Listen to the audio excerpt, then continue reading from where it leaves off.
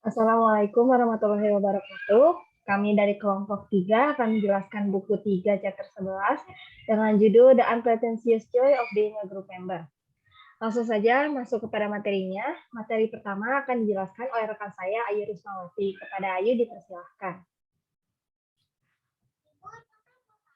Baik, di sini ada keseimbangan Jepang antara kerja dan bermain. Yang pertama ada tujuan utama kehidupan bagi Jepang modern. Keseimbangan Jepang antara kerja dan bermain, lebih lama jam kantor, liburan yang lebih singkat, dan rasa tanggung jawab yang tinggi untuk perusahaan membuat pekerjaan tujuan utama kehidupan bagi Jepang modern. Di sana ada kelegaan untuk siklus tak terbatas. Ini tidak benar-benar suram karena mungkin tampak dan kantong rekreasi memang ada. Lalu aturan hari libur resmi dalam kalender Jepang. Ada 15 hari libur resmi dalam kalender Jepang. Mereka terdiri dari apa yang disebut Golden Week, beberapa liburan yang terjadi pada akhir April dan awal Mei. Pada pertengahan Agustus, Jepang memiliki hari libur penting kedua yang disebut Obon atau komunikasi nenek moyang, yang bukan hari libur meraih pada kalender namun terdiri dari beberapa hari libur berturut-turut, termasuk hari libur umum dan cuti. Lalu ada beban kerja intensif berdampak pada kesehatan bangsa.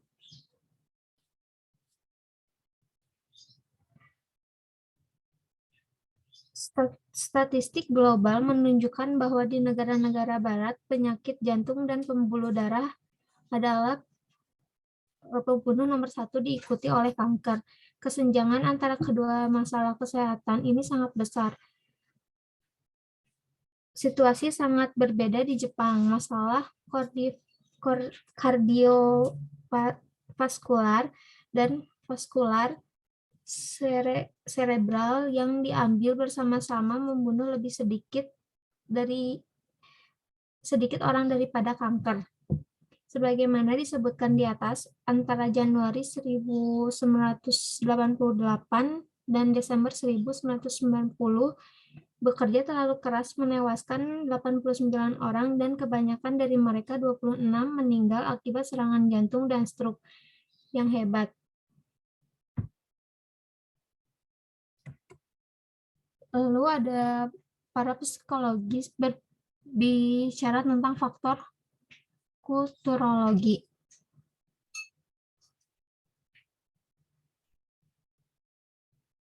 Mereka mengatakan bahwa Jepang yang bekerja berlebihan untuk kepentingan tim atau kelompok pertama dan untuk dirinya sendiri, terakhir menerima kembali psikologis yang kuat dalam bentuk penghargaan, rasa hormat, dan dukungan dari rekan kerjanya. Menurut sudut pandang ini, di barat individualistik, orang tidak dapat mengandalkan hal yang sama bahkan setelah mencapai kesuksesan pribadi dan kekayaan.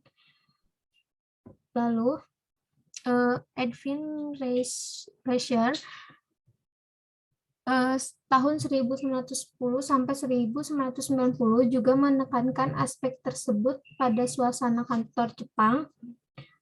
Dia mengatakan seseorang mungkin memiliki kesan bahwa pekerjaan bagi orang Jepang lebih dari sekadar menjalankan kewajiban kontraktual mereka. Hal ini juga merupakan realisasi dari perasaan yang mendalam dan kuat yang merupakan bagian dari mentalitas umum Jepang. Lalu sistem pekerjaan seumur hidup dan pengabdian individu kepada perusahaan tunggal berasal dari kode samurai.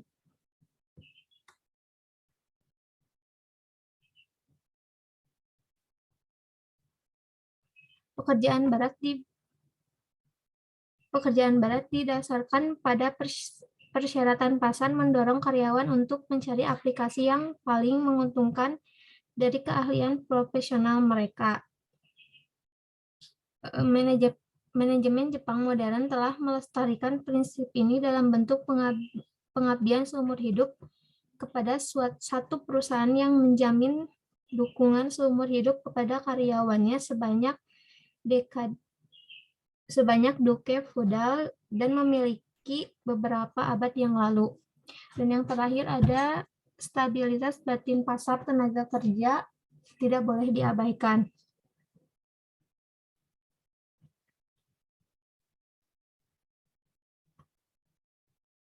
Stabilitas batin pasar tenaga kerja tidak boleh diabaikan meskipun perubahan pekerjaan yang telah terjadi selama masa lalu beberapa dekade. Sebagian besar perusahaan Jepang terus berlatih pekerjaan seumur hidup sebagai timbal balik untuk loyalitas karyawan. Tentu saja kadang-kadang karyawan dipecat, tetapi jauh lebih jarang daripada di negara maju lainnya. Materi selanjutnya akan dijelaskan oleh rekan saya Bilkis. Kepada Bilkis, dipersilakan. Baik. Selanjutnya, suasana stabil Jepang didukung oleh sistem gaji dan promosi. Suasana stabil perusahaan Jepang juga didukung oleh sistem gaji dan promosi yang sering dikritik yang didasarkan pada usia dan lamanya pelayanan. Para manajer modern mungkin senang mengatakan bahwa sistem ini menjadi usang dan tidak efisien. Namun, tidak seorang pun yang mungkin menyangkal perannya dalam menciptakan suasana kerja yang stabil di kantor. Lalu, jadwal promosi dan gaji meminimalkan stres psikologi. Jadwal promosi dan kenaikan gaji yang telah ditetapkan dan dipublikasikan membantu meminimalkan stres psikologis dari intrik dan kecaman yang terkenal karena banyak perusahaan barat. Pendekatan ini berhasil bahkan ketika promosi dan bonus untuk layanan jangka panjang gagal memuaskan karyawan, yang juga terjadi di Jepang seperti yang terjadi di mana-mana. Lalu yang ketiga ada proses remunerasi dan promosi cukup adil. Mengingat distribusi beban kerja di antara karyawan dengan usia dan keahlian yang sama, proses seperti remunerasi dan promosi ini terbuka dan cukup adil di sebagian besar kasus. Lalu, kelemahan utama sistem Jepang adalah pemerataan upah dan lambatnya promosi karyawan muda. Kelemahan utama sistem Jepang adalah pemerataan upah dan lambatnya promosi karyawan muda yang antara lain menerima gaji lebih rendah. Lalu Jepang berada di peringkat 53 dari 55 negara dalam hal menempatkan pentingnya gaji.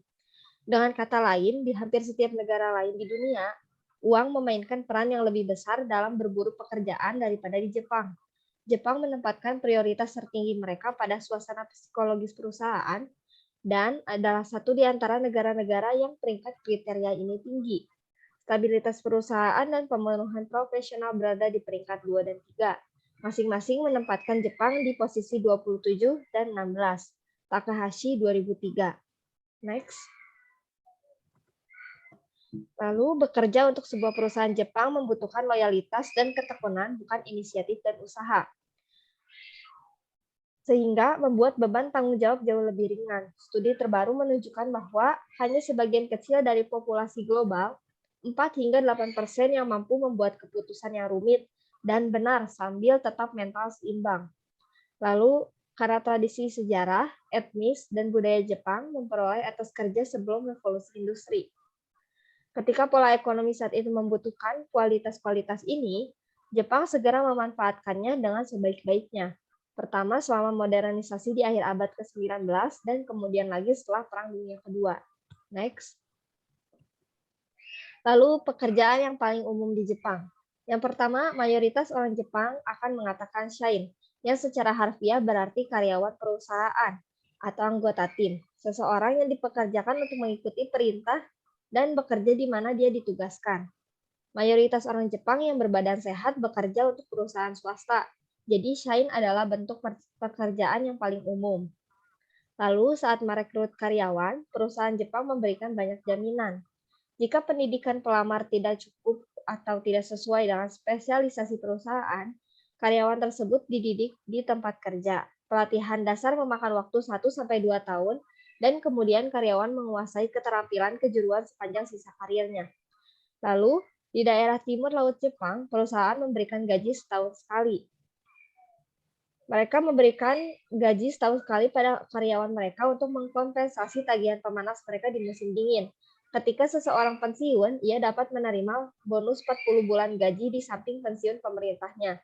Sebagai imbalan atas manfaat ini, perusahaan Jepang mengharapkan loyalitas dan ketekunan dari karyawan mereka. Lalu ada tradisi tenkin atau pindah kerja.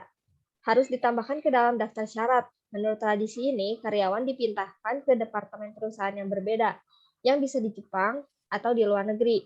Selain rotasi internal, mereka mempraktikkan rotasi eksternal ketika karyawan dipindahkan sementara ke perusahaan yang berbeda sesuai dengan jadwal yang telah ditentukan. Lalu pemindahan ini diputuskan secara sepihak oleh majikan dan tidak memerlukan persetujuan karyawan.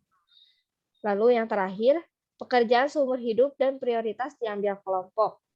Pekerjaan sumber hidup dan prioritas yang diambil kelompok daripada individu menentukan kebijakan sumber daya manusia perusahaan Jepang dan membantu menjelaskan sistem pendidikan Jepang dengan lebih baik. Keunikan utama pendidikan tinggi Jepang adalah bahwa pengajaran keterampilan khusus bukanlah target utamanya. Materi selanjutnya akan dijelaskan oleh rekan saya, yaitu Nabila.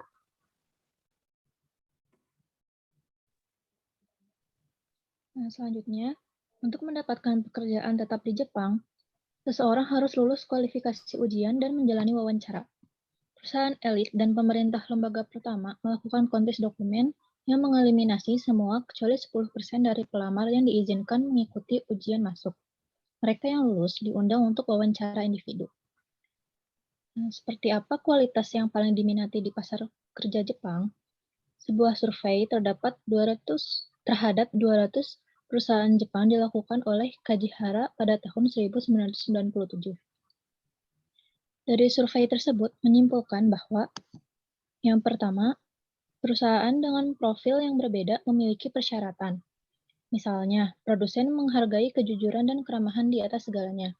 Perusahaan keuangan lebih mementingkan perusahaan dan tanggung jawab, sementara perusahaan perdagangan dan jasa menghargai fleksibel dan penyesuaian diri.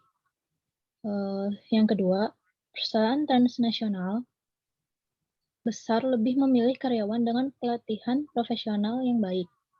Pada saat yang sama, semua perusahaan Jepang menekankan kualitas seperti inisiatif, dedikasi, dan kesiapan menghadapi tantangan, kualitas yang dianggap ciri khas Jepang.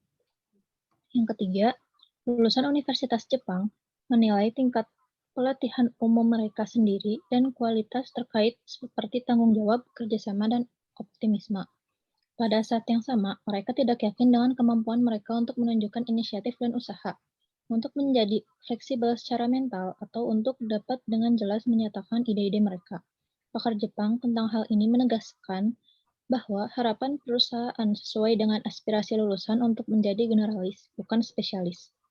Next. Selanjutnya terdapat mereka yang tertinggal. Menurut beberapa perkiraan, ada sekitar 2,2 juta orang pengangguran di Jepang. Selain pengangguran yang selalu ada di mana-mana, kategori baru anak muda juga telah muncul di Jepang. Yang pertama terdapat furita. Furita dari kata furi arubai itu mengacu pada orang dewasa yang karena pilihannya hanya bekerja paruh waktu, tidak termasuk ibu rumah tangga dan mahasiswa. Jumlah furita sendiri adalah sedikit di atas 10% dari jumlah pengangguran. Yang kedua terdapat nito. Inggris adalah yang pertama menemukan kategori pekerja nito. Orang Jepang hanya meminjam ide untuk menggambarkan bagian dari populasi di tengah-tengah mereka. Nito berasal dari akronim bahasa Inggris NEET, yang merupakan singkatan dari Not in Education, Employment, or Training. Berbeda dengan pengangguran, orang-orang ini tidak melakukan apapun untuk mengubah status mereka. Meskipun setengah dari mereka mengatakan sebaliknya, dalam beberapa tahun terakhir jumlah nito Jepang sekitar 640.000 orang. Tapi pada tahun 2006 turun menjadi sekitar 620.000 orang. Yang terakhir terdapat Parasaito. Parasaito atau Parasaito Shingguru mengacu pada parasit, yaitu anak-anak dewasa yang tinggal bersama orang tua mereka setelah lulus sekolah mereka meskipun bisa mandiri. Tidak seperti Nito, orang-orang ini mencari nafkah sendiri. Kritik Parasaito berasal dari perpisahan mereka yang terlambat dari orang tua mereka. Selanjutnya penutupan saya kembalikan kepada Ayu Rismawati. Silakan. Sekian presentasi dari kelompok kami. Mohon maaf bila masih banyak kekurangan dan salah kata. Kami ucapkan terima kasih. Wassalamualaikum warahmatullahi wabarakatuh.